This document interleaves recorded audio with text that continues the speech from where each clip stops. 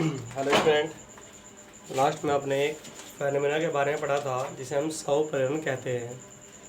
और स्व प्रेरण में होता यह है कि उसी कुंडली में धारा प्रवाहित करके जब धारा के मान को बदलते हैं तो कुंडली में विद्युत वाहक बल प्रेरित होने से प्रेरित धारा बहने लगती है। ठीक है। अब दूसरी एक और फेनोमेना के बारे में हम पढ़ने वाले हैं, और वो जो हमारी घटना होती है उसे हम कहते हैं अन्योन्य प्रेरण।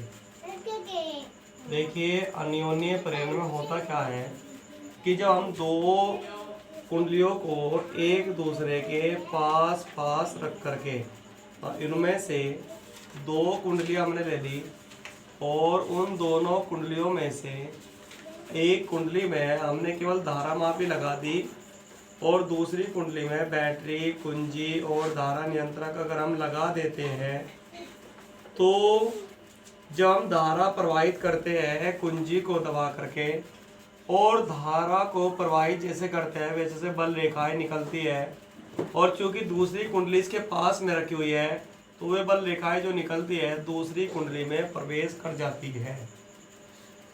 अब अगर हम धारा के मान में परिवर्तन कर दे, धारा का जो मान है वो परिवर्तित कर दे, तो जो बल रेखाएं गुजर रही है उनकी जो संख्या है वो भी परिवर्तित हो जाएगी। उस बल रेखाओं की संख्या के परिवर्तित होने से जो फ्लक्स होता है फ्लक्स बदल जाएगा, और जब फ्लक्स में परिवर्तन होगा तो फैराडे के अनुसार विद्युत धारा यानी कि प्रेरित धारा यहाँ बहनी शुरू हो जाएगी, और इस घटना को ही हम क्या कहते हैं, अन्योन्य प्रेरण गुणांक कहते हैं। अर्थात जब एक में धारा प्रवाहित करके पड़ोस वाली कुंडली में प्रेरित धारा बहती है तब इस घटना को अन्योन्य प्रेरण गुणांक, अन्योन्य प्रेरण कहते हैं। ठीक है भाई। अब दो कुंडलियों के बीच कब मान ज्यादा होता है कब मान कम होता है उस वैल्यू को अन्योन्य प्रेरण गुणांक कहते हैं। तो जो आपका अन्योन्य प्रेरण गुणांक होता है ये दो कुंडलियों के बीच कितनी प्रेरित धारा ज्यादा प्रवाहित होगी कम प्रवाहित होगी इस बात को बताता है। मान लीजिए जो पहली कुंडली है आपकी सपोर्ट है उसमें फेरों की संख्या N1 है, और जो दूसरी कुंडली है मान लीजिए उसमें फेरों की संख्या N2 है। जब हम पहली में धारा प्रवाहित कराएंगे तो दूसरी में फ्लक्स निकालेंगे, मतलब धारा पहली की लेंगे और फ्लक्स किसका लेंगे, दूसरी का। तो प्रायोगिक आधार पर ये देखते हैं कि पहली कुंडली में जितनी ज्यादा धारा प्रवाहित कराते हैं दूसरी का जो टोटल फ्लक्स होता है N2 वो उतना ही ज्यादा बढ़ता है। अर्थात धारा कम होगी तो फ्लक्स में परिवर्तन भी कम होगा, धारा ज्यादा बढ़ाएंगे तो फ्लक्स में परिवर्तन भी ज्यादा होगा। अर्थात कहने का मतलब ये होगा कि यहाँ पर जो आपकी दूसरी कुंडली की फ्लक्स ग्रंथियां होती है वो पहली कुंडली में जो बहने वाली धारा होती है उसके समानुपाती होती है। अर्थात दूसरी की जब बात चलेगी तो N2 लिखेंगे 5e, और पहली की जब बात करेंगे तो I1 लिखेंगे। ठीक है। तो इस तरह से ये वैल्यू आपकी हो जाएगी N2 5e बराबर, यहाँ नियतांक लेंगे m और इंटू में I1। जो नियतांक हमने m लिया है इसी नियतांक को अन्योन्य प्रेरण गुणांक कहते हैं। ठीक है भाई।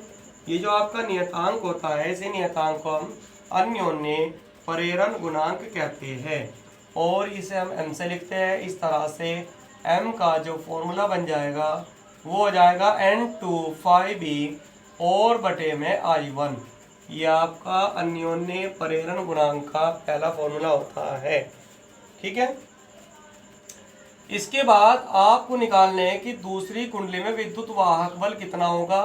तो हमने मान लिया कि यदि द्वितीयक कुंडली में प्रेरित विद्युत वाहक बल, ठीक है, प्रेरित विद्युत वाहक बल वो हमने स्मॉल e मान लिया, स्मॉल e हो, तब जो आपकी E का फॉर्मूला होता है फैराडे के हिसाब से वो होता है -kN d और बटे में dt। ठीक है। लेकिन दूसरी कुंडली की बात चल रही है इसलिए N2 लिखेंगे। अभी जो N2 है अवकलन में इसके अंदर गुना करा दीजिए तो d में dt हो जाएगा। जब अंदर गुना करा देंगे तो ये लिखेंगे N2 5e। N2 और फाई बी का जो मान होता है यहाँ से समीकरण नंबर 1 के हिसाब से आप इसे लिख दोगे Mi1 लिख दोगे। तो इसलिए E बराबर माइनस का d अपॉन में dt और ये वैल्यू हो जाएगी आपकी Mi1। m चूंकि नियतांक कहता है तो इसे बाहर ले लेंगे तो वैल्यू बनेगी m इंटू में di1 बटे में dt। ये विद्युत वाहक बल का फॉर्मूला m के रूप में होता है। विद्युत वाहक बल का फॉर्मूला एक और पढ़ा था हमने, फैराडे का नियम ये होता है। एक और फॉर्मूला हमने पढ़ा था L के रूप में, तो L के रूप में यहाँ L आता है। ठीक है, यहीं से ही हम m का एक और फॉर्मूला हम बना सकते हैं और फॉर्मूला आएगा m बराबर माइनस का E अपॉन डी आई बटे में डी टी, ई अपॉन में डी आई बटे में डी टी। ये आपकी आज का टॉपिक कंप्लीट हो जाता है अन्योन्य प्रेरण गुणांक के बारे में।